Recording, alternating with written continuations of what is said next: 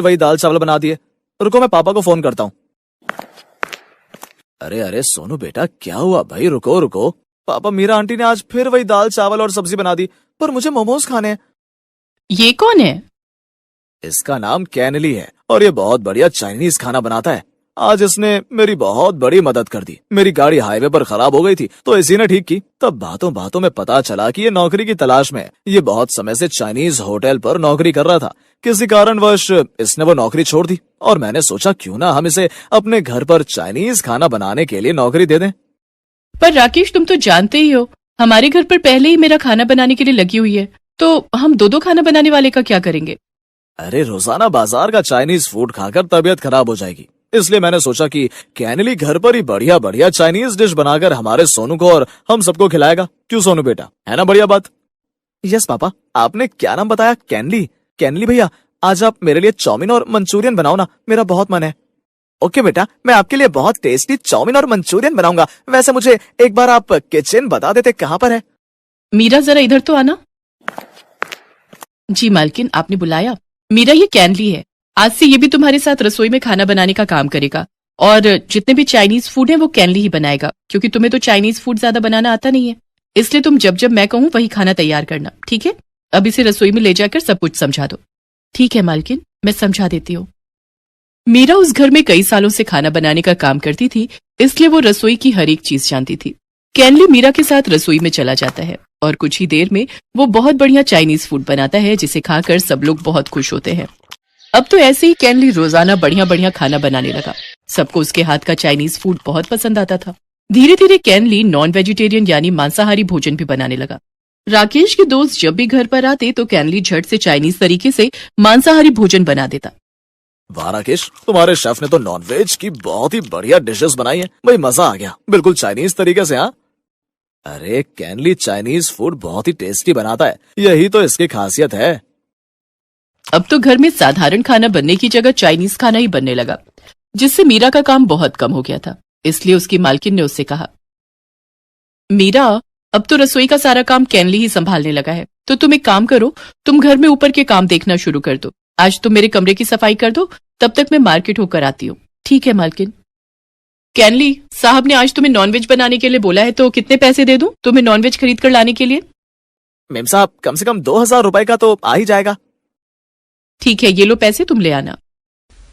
मीरा कमरे की सफाई करने लगती है। वो सोचती है कि कैनली को तो नॉनवेज खरीदने बाजार जाना था, पर वो पिछले काफी समय से रसोई में ही था। मीरा उससे पूछने के लिए जाती है, पर उसके सामने रसोई का जो नजारा आता है उसे देखकर वो दंग रह जाती है। कैनली के हाथ में कुछ मरे हुए चूहे थे जिन्हें वो पका रहा था। मीरा की तो आवाज ही गले में बंद हो जाती है, क्योंकि ये नजारा बहुत ही डरावना था। पर कैनली मीरा को देख लेता है। मीरा हकलाते हुए उससे पूछती है, तुम ये क्या बना रहे हो? चूहों का मांस? ये सब कितना भयानक है।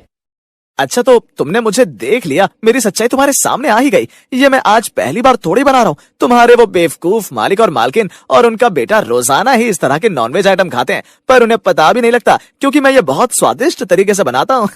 तो तुम्हें क्या लगता है मैं पागल हूँ जो यहाँ पर 5000 रुपए में नौकरी करके अपना पसीना बहा लूंगा? हाँ? अरे मैं अपने पैसे बचाता हूँ। ये देखो, मैंने आज भी 2000 रुपए बचा लिए। मैं तुम्हारी सच्चाई मालिक और मालकिन को बता दूंगी। तुम कितनी घिनौनी हरकत कर रहे हो। अगर तुम्हें लगता है कि वो लोग तुम्हारी बात पर विश्वास करेंगे तो बता दो, पर एक बात ध्यान रखना, फिर तुम्हारी नौकरी जाते देर नहीं लगेगी। वो मुझ पर बहुत विश्वास करते हैं। ये देखो, मैंने सब कुछ साफ कर दिया और मेरी उंगलियों के जादू से किसी को पता भी नहीं चलेगा कि ये मांस किसी मुर्गे का है या फिर किसी चूहे का। मीरा का दिमाग पूरी तरह से खराब हो चुका था। वो जानती थी कि कैनली बहुत चालाक इंसान है। अगर वो उसके बारे में कुछ ऐसा बताएगी तो कोई भी विश्वास नहीं करेगा। वो तो उसकी सच्चाई सबके सामने लाना चाहती थी। मीरा घर जाती है और रात को करवट बदलती रहती है। उसके सामने से वो नजारा नहीं हट रहा था। मीरा का पति भी उसकी परेशानी को देख रहा था। मीरा अपने पति को सारी बात बताती है। क्या हुआ मीरा, आज तुम्हें नींद नहीं आ रही? तुम किसी चिंता में हो? मैं अपनी नौकरी बचाने के चक्कर में उस भले परिवार को नुकसान नहीं पहुंचा सकती जो हमारे अन्नदाता है। वो बहुत ही भले लोग हैं। कोई उपाय होगा जिससे मैं उस मक्कार चाइनीज नौकर की सच्चाई सबके सामने ला सकूं? नहीं तो ये बहुत गलत हो जाएगा, बहुत देर हो जाएगी। उसके हाथों का बना गंदा खाना खा खा कर कहीं मालिक, मालकिन और सोनू बीमार पड़ गए तो? नहीं। मेरा एक काम करो, जैसे जैसे मैं कहता हूँ वैसे ही करना। मीरा का पति उसके कान में कुछ समझाता है। अगले दिन मीरा वैसा ही करती है। मीरा के हाथ में एक स्मार्टफोन होता है। वो जानबूझकर उस फोन को बार बार कैनली के सामने चला रही थी। मीरा, मैं तुम्हें कितनी देर से आवाज लगा रहा हूँ, मुझे प्याज काट दो, मुझे खाना बनाना है, वरना मुझसे कोई बुरा नहीं होगा। मीरा उसकी बातों पर ध्यान नहीं देती। अब तो मीरा रोजाना अपने साथ मोबाइल फोन लेकर आने लगी और वो उसमें वीडियो और गाने देखती रहती थी। एक दिन केनली को गुस्सा आ गया। मैं सारा दिन पसीने में काम करता रहता हूँ और ये महारानी मोबाइल फोन पर गाने और वीडियोस देखती रहती है। अभी मालकिन को बताता हूँ, इसके हाथ से फोन छीन लेगी। मालकिन, बहुत देर से मीरा को आवाज लगा रहा हूँ, रसोई में मसालों के डिब्बे खाली पड़े हुए हैं। मीरा को कई बार बोल चुका हूँ कि वो रसोई में मसाले के डिब्बे भर दे, पर ये मेरी बात सुन ही नहीं रही है। ये बहुत देर से फोन में कोई वीडियो देख रही है। मीरा, मैं ये क्या सुन रही हूँ? और तुम्हारे हाथ में स्मार्टफोन कहाँ से आया? तुम्हारे पास तो मोबाइल नहीं था। मालकिन, ये मोबाइल फोन मेरे पति का है। मैंने सोचा थोड़ी देर मैं इस मोबाइल पर वीडियो ही देख लूं। बहुत अच्छी वीडियो है मालकिन, आप भी देखो। मीरा अपनी मालकिन को वीडियो दिखाने लगती है। वीडियो देखकर मालकिन के पैरों तले जमीन खिसक जाती है। वो अपने पति राकेश को चीख कर आवाज लगाती है। राकेश घबरा कर कमरे से बाहर आता है। मालकिन, मैं यही सच्चाई आपको दिखाना चाहती थी। ये मोबाइल फोन तो एक बहाना था आपके सामने ये सच्चाई लाने का। मैं कैनली की सच्चाई इस मोबाइल फोन में रिकॉर्ड कर चुकी हूँ। मेरे पति ने मुझे सब कुछ सिखा दिया था। उन्होंने ही मुझे ये सलाह दी थी ताकि इस मक्कार की सच्चाई आपके सामने आ सके। मीरा ने चुपके से चूहे मारकर बनाते हुए कैनली का वीडियो रिकॉर्ड कर लिया था। वो तो बस सही समय का इंतजार कर रही थी। राकेश कैनली को जोरदार थप्पड़ मारता है और पुलिस को फोन कर देता है। मुझे माफ कर दो साहब, गलती हो गई। मैं थोड़े पैसे बचाने के चक्कर में ये गलती कर बैठा। ये गलती नहीं, जुर्म है। आज मीरा नहीं होती तो हमारे सामने इस दरिंदे की सच्चाई बिल्कुल नहीं आती। गलती मेरी है, बिना सोचे समझे, बिना जांच पड़ताल के किसी को भी नौकरी पर नहीं रखना चाहिए। भूल मैंने की, इसे बिना जाने पहचाने घर ले आया। कोई बात नहीं मिस्टर राकेश, अब ये जेल की सलाखों के पीछे सजा काटेगा ताकि ये कभी दोबारा किसी के साथ ऐसा धोखा ना कर सके।